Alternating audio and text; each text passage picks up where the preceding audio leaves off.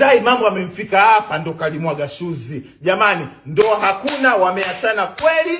Na Zai, na wewe uache tabia kuchukua ndugu zako wote kuwapeleka kwa mumeo. Huyo ni mumeo, mwanaume pia anaisia, ndugu yangu.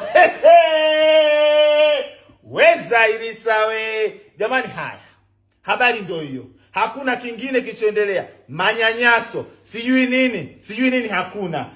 Kesi ilitoka, ilifika kwa mkubwa mmoja. Mmenielewa uzuri? Kesi imeenda kwa mkubwa mmoja. Huyo mtoto mwenyewe alimpigia simu mkubwa, akaenda kumhadisia mkubwa.